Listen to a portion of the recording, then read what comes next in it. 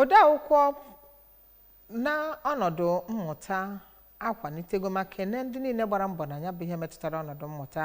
N'akụkọ ọzọ, ya bụ ọlụ eji dịka o si wee dị na nchekwa bụkwanụ nke a na-alụ site n'aka President General Umueri Community maka Anambra East. Ka anyị na-anụ na ya bụ ọlụ na ha akụla ọnụ, ya bụ onye bụ Chief Johnny Machie mere ka amata na ya bụ ọlụ na ọ bụ na alụsị anya na ọ ga-akwalite ezi ọnọdụ nchekwa n'ebe ọ dị ukwuu. A na-alụ ọlụ a bụ nke dị n'agbata Anambra East na West.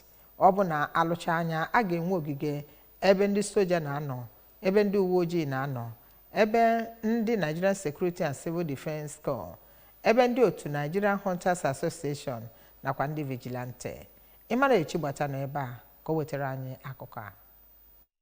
Ntọala nke ya bụ ụlọ ndị ọrụ nchekwa bụ nke a tọrọ n'ụbọchị 25 n'ọnwa Ọgọst afọ 2023 ma bụrụkwa nke a ga-ele anya a ga-arụtọpụ na mkpụrụ ụbọchị 20 dịka ndị ọrụ ABS siri jee n'ebe ahụ a na-arụ ya bụ ọrụ. A chọpụtara na ekwuru na ọ bụ mkpụrụ ụbọchị 2 ka ya bụ ọrụ ga-ejedebe, mana ya bụ ọrụ ka na-aga n'ihu, mana ha fụkwara ọtụtụ ngwaọrụ eji arụ ọrụ bụ nke gosiri na ya bụ ọrụ ga-agwụ nwa mgbe nta. Ha fụkwara ka ndị ọrụ na-arụ ọrụ ebe ọtụtụ igwe ọrụ dịka nke ji agbapụ mmiri. Ha kwukwara ọtụtụ ndị ọrụ na-arụgasị ọrụ dị iche iche, tinyekwara igwe na-agbapụ mmiri bụ nke ga-enye ya bụ ụlọ mmiri. Onye bụ enjinia na-afụ maka ya bụ ọrụ, enjinia Sunday Eze, kọwapụtara na ya bụ ọrụ na-aga n'ihu ma mee ka amata na ya bụ ọrụ dị ụbọchị 21 ma kọwaa na tupu Mọnde izu na-abịa